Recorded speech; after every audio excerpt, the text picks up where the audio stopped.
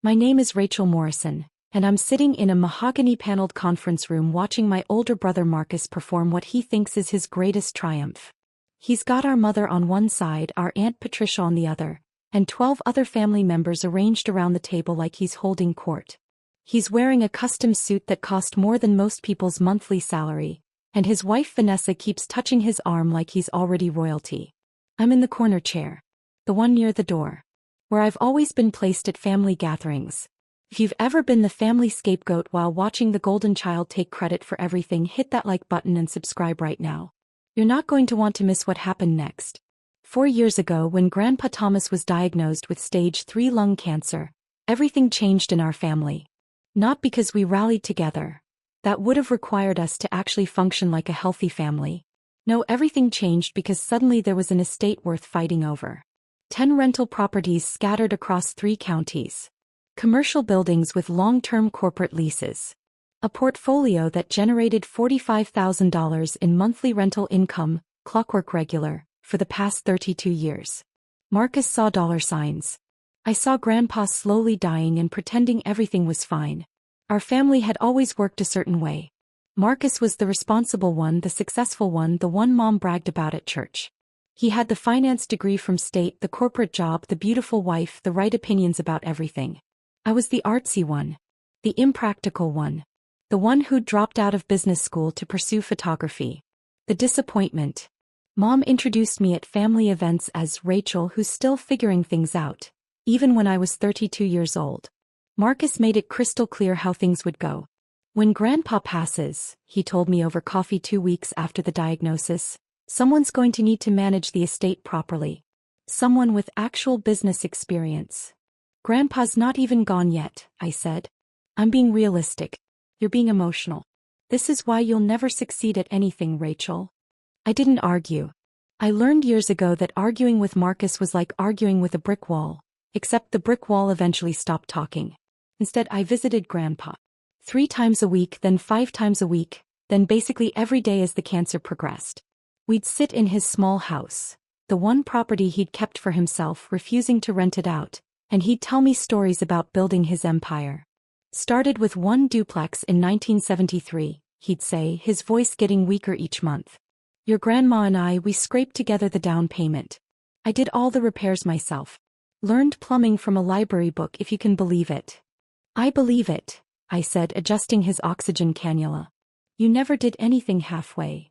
Marcus came by yesterday, Grandpa said one afternoon in March, 6 months after diagnosis. Spent 40 minutes talking about property management software and tax optimization strategies. That sounds like Marcus. Didn't ask me how I was feeling. Didn't ask about the treatments. Grandpa's eyes, still sharp despite everything, fixed on me. You know what he did ask? What? If I'd updated my will recently. I felt something cold settle in my stomach. Grandpa. I'm not a fool, Rachel. I see exactly what's happening. He reached for my hand, his grip surprisingly strong. You know why I never taught Marcus about the properties? Why I never brought him into the business? Because he never asked? Because he doesn't care about the properties. He cares about the money they generate. There's a difference. Grandpa paused to catch his breath. You, on the other hand. You asked me about Mrs. Chin in 4B when her husband died. You remembered that the Johnsons in the commercial building were celebrating 20 years. You see people, not dollar signs. I just pay attention. Exactly. Grandpa squeezed my hand. I need to show you something. That's when everything changed. Grandpa walked me through, had me will him through, every single property. 10 buildings, 42 rental units, 3 commercial spaces. He introduced me to every tenant, showed me where he kept the spare keys, explained which contractors were reliable and which ones would rob you blind. This furnace is original to 1987, he'd say. Needs replacing next year, probably $15,000. This roof's got another 5 years if we're lucky. Mrs. Rodriguez in 2A, she's never late on rent, but her daughter's going through a divorce. Might need some grace in a few months. I took notes. Hundreds of pages of notes. I photographed everything, learned the systems, memorized the details. Marcus never knew. Nobody knew. They thought I was just visiting my dying grandfather, being the emotional, impractical one who couldn't face reality. Rachel, Grandpa said one night for months before he died. I'm going to do something and I need you to trust me. Of course. The properties. I'm transferring them. All of them. My heart stopped. To Marcus. To you. I couldn't breathe. Grandpa, I can't. The family will. The family will do exactly what they're already doing. Your mother will side with Marcus because she always has. Your aunt will demand her cut because she thinks she's entitled. And Marcus will threaten lawyers and throw tantrums. Grandpa's expression was calm, resolute. But the properties will be yours. Legally, completely, irrevocably yours. Why? Because you're the only one who'll do right by them. The only one who sees them as homes for people, not just income streams. He pulled out a folder thick with documents. My lawyer's been working on this for 2 months. Everything's ready. We just need your signature. I signed. My hands were shaking so badly I could barely hold the pen, but I signed. The transfers went through quietly. Grandpa's lawyer, Mitchell Chin, was a master of discretion. Property records were updated, deeds were filed, everything was done properly and legally. The monthly rent, all $45,000 of it, started depositing into an LLC account in my name. And I didn't tell anyone. Not because I was hiding it exactly, because I was protecting it. And because, honestly, I wanted to see what would happen. I wanted to see if my family would love me without thinking I was the broke, irresponsible failure. Spoiler alert, they didn't. Grandpa died on a Tuesday in November. Peaceful at home with me holding his hand. His last words were, "You're going to be just fine, kiddo. Better than fine." The funeral was a circus. Marcus gave a eulogy about Grandpa's business acumen and legacy. Mom cried dramatically. Aunt Patricia complained about the flower arrangements. I sat in the back and said nothing. Drop a comment and let me know where you're watching from tonight. 3 days after the funeral, Marcus called the family meeting. Estate matters need to be settled, he announced. We're meeting at Mitchell Chen's office next Thursday. Everyone needs to be there. I showed up in jeans and a sweater. Marcus was in his power suit. Mom wore her funeral pearls. Aunt Patricia brought her husband Gerald, who immediately started talking about how he'd always helped Grandpa with business advice. That was a lie. Gerald was a dentist who'd never managed anything more complex than his own practice. Mitchell Chen's conference room was designed to intimidate. Floor-to-ceiling windows, leather chairs, law books lining the walls. Mitchell himself was 73, sharp as a tack, and had known Grandpa for 40 years. Marcus didn't wait for Mitchell to start the meeting. He stood up like he was chairing a board meeting, pulled out a leather portfolio and smiled at everyone. "I want to thank you all for coming," he said, like he'd organized this instead of just demanding everyone show up. "Grandpa Thomas left behind a significant estate, and it's important we handle this properly." "Marcus," Mitchell said quietly, "perhaps we should." "I've spent the last 3 days reviewing the properties," Marcus continued, ignoring him completely. 10 buildings, 42 units, stable cash flow. Grandpa built something remarkable, and it's our responsibility to honor that legacy. Mom nodded approvingly. Aunt Patricia whispered something to Gerald. I sat perfectly still. "Now, I know Grandpa never officially named an executor," Marcus said, which was interesting because Mitchell's expression said that wasn't true at all. "But I think we can all agree that this estate needs professional management. Someone with actual business experience." "Marcus has always been so responsible," Mom chimed in. "Ever since he was a boy." "I've already spoken with several property management firms," Marcus continued. "And I've had my accountant run preliminary numbers on tax optimization strategies. Conservative estimates put the annual net income around $400,000, assuming we raise rents to market rate and cut unnecessary maintenance costs." I watched him. His confidence was absolute. He genuinely believed this was already his. "Now, obviously, there will be distributions to family members," Marcus said generously. "Mom, Aunt Patricia, even Rachel will receive something. But the responsible thing, the thing Grandpa would have wanted, is for the properties to be managed by someone who won't run them into the ground." Vanessa, his wife, actually started a slow clap. I'm not kidding. She started clapping like he'd just delivered the Gettysburg Address. "So here's what I'm proposing," Marcus said, pulling out a document. "I'll take ownership of the portfolio. In exchange, I'll provide annual distributions to family members. Mom gets 20,000 a year. Aunt Patricia gets 15. Rachel gets 10, assuming she demonstrates financial responsibility. 10,000. From an estate generating 45,000 monthly. Marcus, I said quietly. It was the first word I'd spoken. He looked at me like he'd forgotten I was there. Rachel, I know this seems complicated, but trust me. This is what's best for everyone. I'm sure you believe that. I've already had my lawyer draft the paperwork, Marcus said, sliding the document toward Mitchell. It's all very straightforward. We can probably have everything finalized by next week. Mitchell didn't touch the document. He was looking at me. Mom jumped in. Rachel, honey, this really is for the best. You're not equipped to handle something this complex. Marcus has the experience, the education. The responsible sibling gets it all, Marcus announced, standing up straighter. All 10 properties generating $45,000 in monthly rent. This is about legacy. This is about competence. That's when Mitchell Chin stood up. Interesting, he said, his voice carrying that particular tone lawyers use when they're about to destroy someone's world. Because the deeds were transferred 4 years ago. The room went silent. Marcus blinked. What? The properties, Mitchell said, opening his own folder. They were transferred out of Thomas Morrison's name in March 2021. All 10 buildings, all 42 units, all 3 commercial spaces. Mom's face went pale. That's not possible. Dad wouldn't. I handled the transfers myself, Mitchell continued. All properly filed with the county recorder's office. All legal, all documented. Marcus was shaking his head. No, that's not, I would have known. I've been managing the maintenance, I've been filing the expense reports. That's actually another interesting point, Mitchell said. Those maintenance receipts you filed with the estate? The ones claiming you've been managing the properties and spending your own money on repairs. Hit that subscribe button if you've ever had to set boundaries with toxic family, because what happened next changed everything. Marcus had gone very still. What about them? They're fraudulent. Mitchell pulled out another folder, this one much thicker.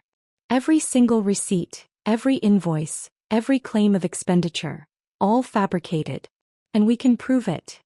That's ridiculous, Marcus said, but his voice had changed. The confidence was cracking. I have documentation.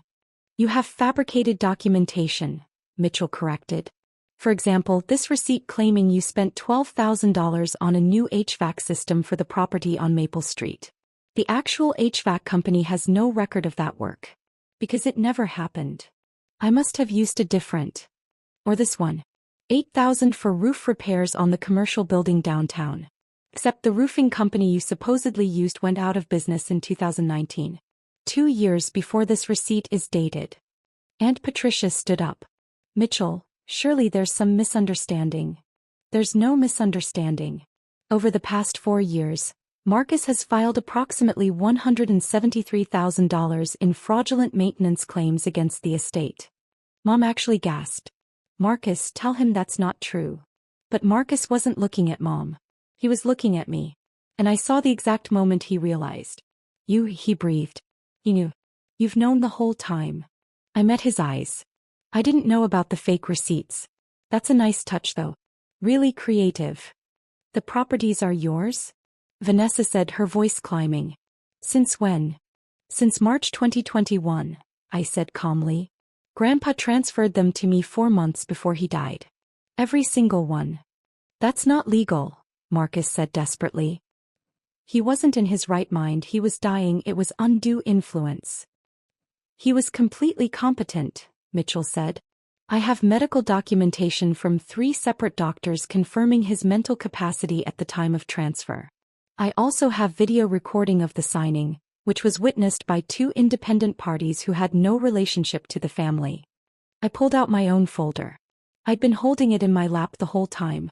But here's the thing, Marcus, I said, sliding it across the table. While you were filing fake maintenance receipts, I was actually maintaining the properties. With my own money. Money from the rental income that's been legally mine for 4 years. The folder hit the table with a satisfying thud. Marcus opened it with shaking hands. That's every repair, every upgrade, every legitimate expense, I said. The furnace at the Maple Street property, that's page 12. I replaced it last year for $16,000. The commercial building roof? Page 37. 22,000 completed 6 months ago. Mrs. Rodriguez's broken water heater? Page 53. Emergency repair 24-hour turnaround, because she has 3 kids and it was January. Marcus was flipping through the pages, his face getting redder with each one. All documented. All legitimate. All paid for from the rental income that you thought should be yours. I leaned back in my chair. You want to talk about responsible management, Marcus? I've been responsible. You've been filing fake receipts and planning to evict tenants to raise rents. You had no right, Mom said, her voice shaking. Rachel, your grandfather wouldn't have wanted this. Family doesn't. Family doesn't what, Mom? I turned to her. Family doesn't lie? Family doesn't fabricate documents? Family doesn't try to steal from each other. You manipulated a dying man, Aunt Patricia accused. I visited a dying man, I corrected. 3 times a week, then 5 times a week, then every single day. I held his hand through chemo. I learned about his tenants, his properties, his life's work. Where were you, Aunt Patricia? Where were you, Marcus? This isn't fair, Vanessa said. Marcus has been planning. He left his job. He was going to manage these properties full-time. He left his job. I looked at Marcus. When? His jaw clenched. 2 weeks ago. I gave notice after the funeral. So you quit your 6-figure job to manage properties you didn't own and hadn't bothered to verify were actually part of Grandpa's estate? I shook my head. That's not business acumen, Marcus. That's stupidity. You smug little, Marcus started. Mitchell cleared his throat. There's more. Marcus's head snapped toward him. More. The fraudulent receipts constitute attempted theft by deception. Given the amounts involved, over $170,000, we're talking felony charges. Mitchell's expression was professionally neutral, but I could see the satisfaction underneath. He'd loved Grandpa. I'm obligated to report this to the authorities. You can't be serious, Mom said. Mitchell, we've known each other for years. Which is exactly why I take this so seriously, Linda. Thomas was my friend. What Marcus attempted to do here isn't just unethical. It's criminal. Marcus stood up so fast his chair fell over. I'm not going to sit here and be accused of crimes by my own sister.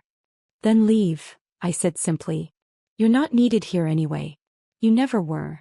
That's when the door opened. 2 people walked in. A man and a woman, both in business suits, both carrying badges. Marcus Morrison, the woman said. Marcus went white. Who are you? Detective Sarah Chin, Fraud Division. This is Detective James Rodriguez. She looked at Mitchell. We got your call. Call? Mom's voice was barely a whisper. I contacted the authorities this morning, Mitchell said. After reviewing the fraudulent documentation Mr. Morrison attempted to submit as legitimate estate claims. Detective Chin approached Marcus. Mr. Morrison, we need you to come with us. We have some questions about financial documents you've filed over the past 4 years. This is insane, Vanessa said, grabbing Marcus's arm. You can't just arrest him. We're not arresting him, Detective Rodriguez said. Yet. But we do need to talk about approximately $173,000 in fraudulent claims. Marcus looked at me. Actually looked at me maybe for the first time in 30 years. You're destroying the family. No, I said quietly. I'm just declining to be destroyed by it. He tried to say something else, but Detective Chin was already guiding him toward the door. Vanessa followed, her heels clicking frantically on the marble floor. The door closed. The silence that followed was deafening. Mom was crying. Real tears this time, not the performative ones from the funeral. How could you do this, Rachel? To your own brother. How could I? I stared at her. Mom, he tried to steal properties that Grandpa legally gave to me. He fabricated nearly $200,000 in fake expenses. He was planning to raise rents on families who've lived in those buildings for decades. And you're asking how I could do this? He's your brother, she whispered. And yet he never treated me like his sister. I stood up. I'm done begging for a place at this table. I'm done being the family disappointment while watching Marcus get praised for basic human functioning. I'm done. Aunt Patricia found her voice. You'll regret this. When you need family. I have family, I interrupted. I have Mrs. Chin in 4B who sends me homemade dumplings every Chinese New Year. I have the Johnsons who invited me to their daughter's wedding. I have 42 households who actually appreciate what I do for them. I looked at her. What I don't have is relatives who value me. And honestly, I'm okay with that. I picked up my folder and walked toward the door. Rachel, Mitchell called. You'll need these. He handed me another folder. Updated documentation for all 10 properties. Everything's in order. The LLC is generating excellent returns, by the way. Your grandfather would be proud. Thank you, Mitchell. One more thing. He lowered his voice. The fake receipts. I noticed them about a year ago. I've been building the case ever since. Your grandfather asked me to watch out for you. This is me keeping that promise. I hugged him. Actually hugged him right there in the conference room while my mother sobbed and my aunt glared. Then I left. The fallout was immediate and spectacular. Marcus was charged with attempted fraud and theft by deception within 48 hours. The local newspaper ran a story. Finance professional charged in elaborate estate fraud scheme. His LinkedIn profile disappeared. His wife's Facebook went private. Mom called me 17 times that first day. I didn't answer. She left voicemails ranging from pleading to angry to desperate. You're tearing this family apart, she said in message number 12. Your grandfather would be ashamed. I finally called her back on day 3. Grandpa knew exactly what he was doing, I said. He knew Marcus would try exactly this. That's why he transferred everything 4 years early. That's why he had everything documented. He was protecting his legacy from people who saw it as a cash grab. You poisoned him against his own family, she accused. No, Mom. I visited him while he was dying. There's a difference. I took a breath. You're welcome to be part of my life. But only if you can accept that I'm not the failure you've always treated me as. Otherwise, we're done. She hung up on me. She hasn't called back. Aunt Patricia tried a different approach. She showed up at my apartment with a casserole and an apology that lasted exactly as long as it took her to ask for $20,000. Just to help with Gerald's practice expenses, she said. No, I said. But we're family. Then act like it. Start with not demanding money from the niece you've ignored for 30 years. She left without the casserole. Marcus's case went to court 6 months later. The evidence was overwhelming. Fake receipts, fabricated invoices, forged signatures. His lawyer tried to argue emotional distress, grief-induced poor judgment, financial pressure from unemployment. The judge wasn't impressed. 18 months in minimum security, 5 years probation, full restitution to the estate. The sentence was delivered on a Tuesday. I wasn't there, but Mitchell called me immediately after. Justice, he said simply. Vanessa filed for divorce before Marcus even started his sentence. She'd already moved in with her personal trainer. The irony wasn't lost on anyone. The properties thrived. I replaced 2 more roofs, upgraded 3 kitchens and installed energy-efficient windows in the commercial building. Rent stayed stable. No increases unless absolutely necessary and always with 6 months' notice. Mrs. Rodriguez in 2A sent me a Christmas card. Thank you for understanding when Sarah moved back home, she wrote. Most landlords would have evicted us. You gave us grace. That card is framed in my office. A year after the estate meeting, I got a call from an unknown number. Rachel Morrison? A professional voice, female, confident. Speaking. My name is Jennifer Wu. I run a property management firm downtown. I've been hearing about how you've been managing the Morrison properties and I'm impressed. Thank you. I'm expanding my business. I need someone who sees properties as homes, not just assets. Someone who understands tenant relationships matter more than maximum profit extraction. She paused. I'd like to offer you a consulting position. 20 properties to start, $60,000 retainer, profit sharing on renovations you oversee. I took the job. 2 years after that, I bought 3 more properties. Fixed them up, rented them to families who needed a break, managed them the way Grandpa taught me. The business grew. The consulting expanded. Last month, Jennifer offered me a full partnership in her firm. You've changed how we operate, she said. Tenant retention is up 40%. Referrals are through the roof. You were right. Treating people like people instead of income streams actually makes better business sense. If you've ever had to walk away to save yourself, tell me your story in the comments. What would you have done? 3 years after the estate meeting, I was having coffee at the property on Maple Street.